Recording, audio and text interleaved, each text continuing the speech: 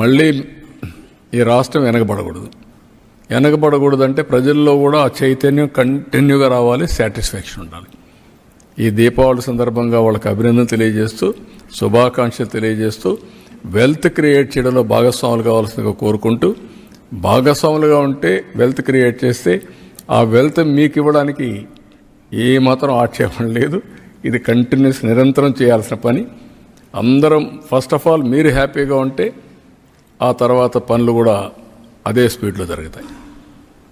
That is my request to all of you.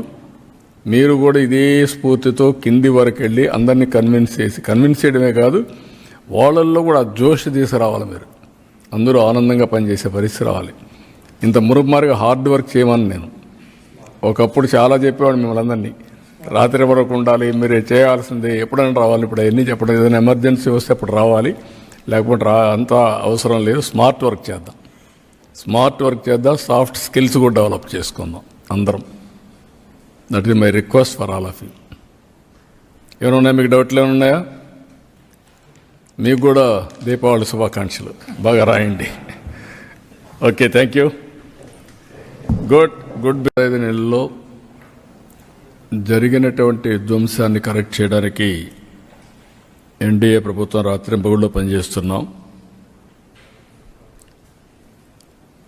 అందులో పర్యవసానంగా నిన్న చూస్తే దీపావళి ముందు గూగుల్ లాంటి ప్రతిష్టాత్మకమైనటువంటి సంస్థ విశాఖపట్నం రావడం అనేది ఒక చరిత్ర. అదే సమయంలో ఈ ప్రభుత్వం